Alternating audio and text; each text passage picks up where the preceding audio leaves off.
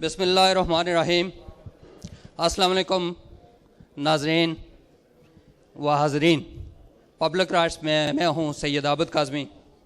ناظرین، آج ہم برمنگھم میں یہاں حج کانفرنس کے سلسلے میں یہاں جمع ہوئے ہیں، گیدرنگ ہوئی ہے۔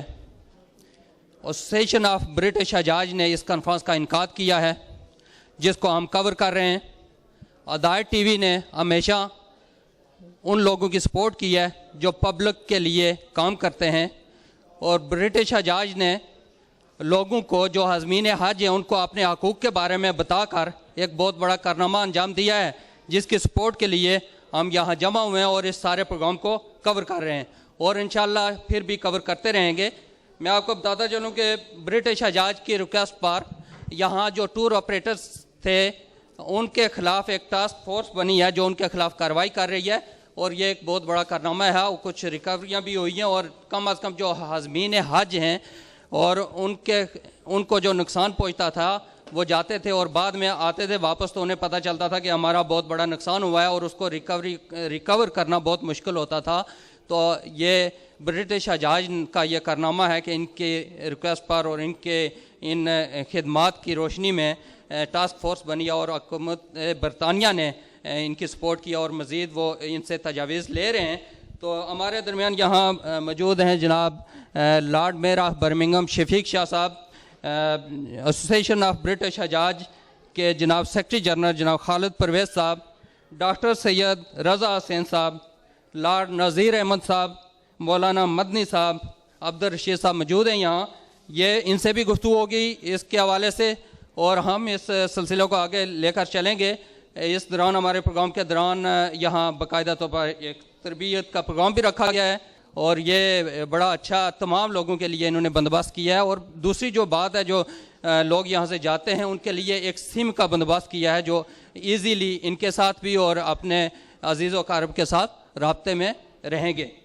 تو اس سلسلے میں کیونکہ یہ آپ کو بتاتے چلیں کہ ہم آلریڈی ہدایت چینل پر اس حوالے سے پروگرام کر چکے ہیں، اور ٹاسک فورس کو مزید انفارم کرنے کے لیے ہمارے پروگرام ہو چکے ہیں 2-3، اور جس میں برٹش حجاج کا بڑا رول ہے کیونکہ انہوں نے ساری انفارمیشن پرووائڈ کی ہے، اور ہدایت ٹی وی نے یہ انفارمیشن تمام جتنے بھی ہمارے سننے والے ہیں ان تک پہنچائی ہے۔ تو میں سب سے پہلے گزارش کروں گا، ہمارے ساتھ مدنی صاحب موجود ہیں۔ مدنی صاحب، آپ ذرا تشریف لائیے گا، آپ سے ذرا گفتگو کرنی ہے اس حوالے سے۔ آج جو کانفرنس ہے اس کا مقصد کیا تھا، تھوڑا سا بتا دیں۔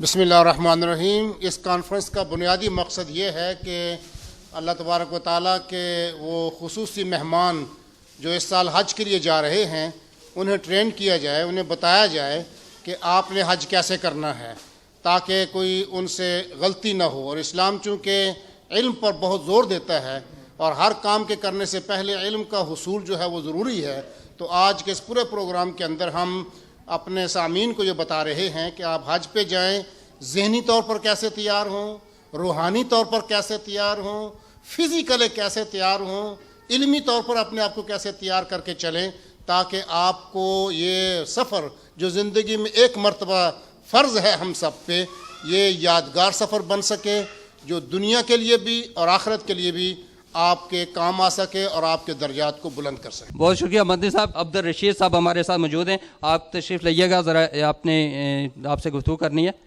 آپ کیا کہنا چاہ رہے ہیں؟ میں تو ہر سال یہی کرتا ہوں کہ جتنے بھی حجاج جاتے ہیں ایک چھوٹا سا لیکچر دیتا ہوں جس میں یہ بتاتا ہوں کہ آپ کو کون سی میڈیسن چاہیے، کیا چاہیے، کیسے کرنا ہے، آپ نے وہاں کیسے ٹھیک رہنا ہے، کیا کیا چیزیں وہاں جا کے کرنی ہیں۔ تو ہیلتھ کے بارے میں، اس کی سیفٹی کا، کیونکہ ہیلتھ کے بغیر آپ کا حج بھی پورا نہیں ہوتا ہے۔ خدا نخواستہ کوئی پرابلم چھوٹا سا ہو جائے تو 5 دن کا حج جو ہے وہ آپ کا وہاں پہ رہ جاتا ہے۔ تو اس کے لیے ساری باتیں میں ابھی تھوڑی دیر میں ڈیٹیل میں آپ کو بتاؤں گا سب کو کہ آپ کیا کریں گے وہاں جا کے، اور اللہ تعالیٰ آپ کا سارا صحیح سے گزر جائے، آسان ہو جائے اور آپ کامیابی سے کر رہے ہیں۔ بہت شکریہ بٹی صاحب، آپ نے بڑے اچھے طریقے سے بریف کیا۔ مزید بھی آپ سے آپ کی، کیونکہ یہاں جو سپیچ ہوگی وہ ہمارے لیے رہنما اصول کے طور پر ثابت ہوگی، تو میں مناسب سمجھوں گا یہاں موجود ہیں جناب سیکرٹری جنرل پرویز خالد صاحب۔ میں آپ سے گزارش کرتا ہوں آپ آئیں، ذرا ہمارے جو ناظرین ہیں ان کو بھی بتا دیں۔ یہاں خواتین و حضرات کو تو آپ آگاہ کریں گے، لیکن ہمارے ناظرین کو ذرا بتا دیں اس کے حوالے سے۔ جی، بسم اللہ الرحمن الرحیم۔ فرسٹ آف آل میں بڑا مشکور ہوں آپ بہن بھائیوں کو کہ آپ تشریف لائے. حج بیت اللہ ایک بڑی عظیم عبادت ہے جس کے بارے میں آپ نے سنا ہے کہ اس کی جو اجر و ثواب ملنے والا ہے وہ جنت کے سوا کچھ نہیں ہے. یعنی آپ کے تمام پچھلے گناہوں کی بخشش کا وعدہ کیا گیا آپ سے, لیکن یہ فری ہینڈ نہیں دیا گیا آپ کو. حج آپ کا تبھی قبول ہوگا اگر آپ غلطیوں سے پاک حج کریں گے. اگر آپ سیکھ کے نہیں جائیں گے, معلومات لے کے نہیں جائیں گے, آپ کو یہ معلوم نہیں ہوگا کہ وہاں حج کیسے ادا کرنا ہے, تو پھر آپ غلطیاں کریں گے. غلطیوں کی وجہ سے ممکن ہے کہ آپ کا حج جو قبولیت کا درجہ حاصل نہ کر پائے. تو ہماری یہ کوشش, تنظیم کی یہ کوشش ہمیشہ یہ رہتی ہے کہ آپ بہن بھائیوں کی خدمت کریں, آپ کو بتائیں کہ حج کیسے کرنا ہے, ہیلتھ کے کیا پریکاشن وہاں لینے ہیں, سیفٹی کے کیا پریکاشن وہاں لینے ہیں. اس کا مقصد یہ ہے کہ جیسے کہ ابھی آپ کو قاری صاحب نے بتایا تھا کہ حرم میں ایک نماز پڑھیں گے تو 1,00,000 نمازوں کا ثواب ملے گا آپ کو. اگر وہاں جا کر آپ اپنی غلطی کی وجہ سے بیمار پڑ جاتے ہیں تو پھر آپ سوچیں کہ اگر آپ نمازیں وہاں ادا نہ کر پائے یا مناسک حج آپ کے رہ گئے تو آپ کتنا بڑا نقصان کریں گے. وہاں جا کر اپنا پیسہ بھی خرچ کیا, ٹائم بھی لگایا, مشکلات بھی دیکھی, اور اگر وہ اجر و ثواب جس مقصد کے لیے آپ گئے تھے وہاں نہ ملا آپ کو تو یہ صرف گھاٹے کی سودا ہے. تو اس لیے ہماری کوشش ہماری آرگنائزیشن کی طرف سے یہ ہوتی ہے کہ آپ کو میکسیمم انفارمیشن جو ہے اویئرنیس دی جائے تاکہ آپ کا حج آپ کے لیے آسان ہو جائے. بہت شکریہ جی. ٹاسک فورس کے حوالے سے آپ ذرا بتا دیں. حج ٹاسک فورس کے لیے ایک بڑی خوشخبری ہے ہماری کمیونٹی کے لیے. حج ٹاسک فورس کے جو بیسیکلی برمنگھم ٹریڈنگ سٹینڈرڈز جو لیڈنگ رول ادا کر رہے ہیں, ان کے 2 ممبر آفیسر ہمارے درمیان موجود ہیں. تھوڑی دیر میں وہ آپ کو بریف کریں گے اس بارے میں کہ آپ کے کیا as a Haji, as a consumer آپ کے کیا رائٹس ہیں, اور جو ٹور آپریٹرس ہیں ان کی کیا رسپانسبلٹی بنتی ہے آپ کے لیے. تو یہ ابھی تھوڑی دیر میں وہ آئیں گے آپ کے سامنے اور آپ کو بتائیں گے. یہ بڑی خوشی کی بات ہے کہ ہم نے 16 سال 16 ایئرز یہ کمپین کی آپ کے رائٹس کے لیے, آپ کے پروٹیکشن کے لیے. کہ بہت بڑا مسئلہ تھا یہاں یو کے میں کہ بہت سارے جو ٹور آپریٹر تھے وہ حاجیوں کے ساتھ ہر سال دھوکہ کرتے, ان کو پریشانیوں میں مبتلا کرتے تھے. لیکن الحمدللہ یہ ایک بڑی کامیابی ہے کہ اب یہ through this Hajj task force یہ جو خرابی تھی یا جو پریشانی تھی ہماری کمیونٹی میں وہ انشاءاللہ بڑی جلدی ختم ہو جائے گی. سم کے حوالے سے ہمارے پاس آپ کے لیے موبائل سم کارڈز ہیں. اگر جو حاجی لینا چاہیں سعودی عرب میں استعمال کے لیے وہ فری آف چارج ہے. آپ وہ سم کارڈ لے جائیں ساتھ, آپ کو بڑی ہیلپ ہوگی اس بارے میں. Thank you. خالد پرویز صاحب ہمارے ساتھ موجود ہیں, برٹش حجاج کے سیکرٹری جنرل ہیں, اور ان کی کوشش سے یہ سارے جو کارنامہ انجام دیا ہے, ٹاسک فورس بنی ہے, اور جو عازمین حج ہیں ان کے لیے سہولیات انہوں نے مہیا کی ہیں تاکہ ان کی جو بھی مشکلات ہیں ان کا حل ہو. کیونکہ ہمارے درمیان جب ذکر آتا ہے میڈیکل کے حوالے سے, صحت و تندرستی کے حوالے سے, تو ڈاکٹر رضا حسین کا نام آتا ہے. تو میں چاہتا ہوں ڈاکٹر رضا حسین یہاں ہمارے درمیان آئیں اور بتائیں کہ یہ جو ٹیکے لگا رہے ہیں اس کا کیا فائدہ ہے اور کتنا ضروری ہے اس کو کہ سارے جو عازمین حج ہیں وہ اس کو استعمال کریں. جی بہت شکریہ عابد بھائی. جیسا کہ میں پہلے عرض کر چکا ہوں خواتین و حضرات, میں انشاءاللہ تھوڑی دیر میں سلائڈز کے ساتھ آپ کی خدمت میں مزید گفتگو کروں گا مختلف انفیکشس ڈیزیزز یعنی کہ چھوت کی بیماریوں کے حوالے سے, جو کہ عازمین حج و عمرہ کو خدا نخواستہ وہاں پہ ہو سکتی ہیں. لیکن چونکہ بھائی نے ابھی یہ سوال ریز کیا ہے انجیکشن کا, تو میں اسپیسیفکلی میننجائٹس کے بارے میں بات کروں گا کہ میننجائٹس ایک مہلک بیماری ہے. اگر خدا نخواستہ کسی انسان کو یہ لگ جائے تو پھر اللہ تعالیٰ ہی حامی و ناصر ہے, اس کا جان بخش جائے تو ہو جائے, ورنہ ڈاکٹرز کے پاس اس کا فی الحال کوئی علاج نہیں ہے. اس لیے یہ میں سٹریس کرنا چاہوں گا یہ پوائنٹ کہ اس خطرناک صورتحال سے نجات حاصل کی جا سکتی ہے, بچا جا سکتا ہے. کیسے؟ ایک سمپل اور آسان سا طریقہ, آپ لازمی طور پہ اپنے ڈاکٹرز کے پاس جا کر یہ میننجائٹس کا ٹیکہ کہہ بھی دیجیے گا کہ آپ حج و عمرہ کے لیے تشریف لے جا رہے ہیں, ان کو پتہ ہے کہ کون سا ٹیکہ آپ کو لگانا ہے. تو یہ بھی ذہن میں رکھیے گا کہ یہ ٹیکہ لگوانے کے بعد آپ نے وہاں سے سرٹیفکیٹ بھی حاصل کرنا ہے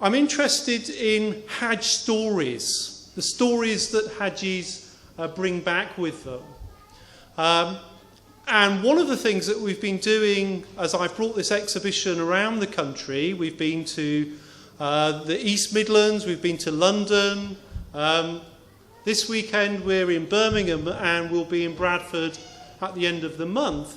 What we've been doing is talking to people about their experiences but also their expectations. And we've looked at the different stages and the different history of Hajj going. So one starting point, which is really fascinating for me, is talking to people about their expectations of going for Hajj. And some of the early posters in the exhibition are all pictures of people going by ship or even by camel. And I've been talking to people about maybe their grandparents. And if they were lucky enough to go for Hajj, and of course many of them didn't have that expectation, even though they had the desire, they had the love for the holy places, but they didn't have that possibility. And those that did go were taking these other means of transport. Now we're travelling, of course, by plane, and we're in the holy places within 8 hours or so. So there's lots of interesting questions about how that changes the experience of Hajj. The main focus of the exhibition, however, is very much on how people prepare, the fact that people will be coming to events like this, they'll be reading books, they'll perhaps be visiting their family and asking for forgiveness, and then moving on into the experiences of putting on the ihram, of being really close to God and feeling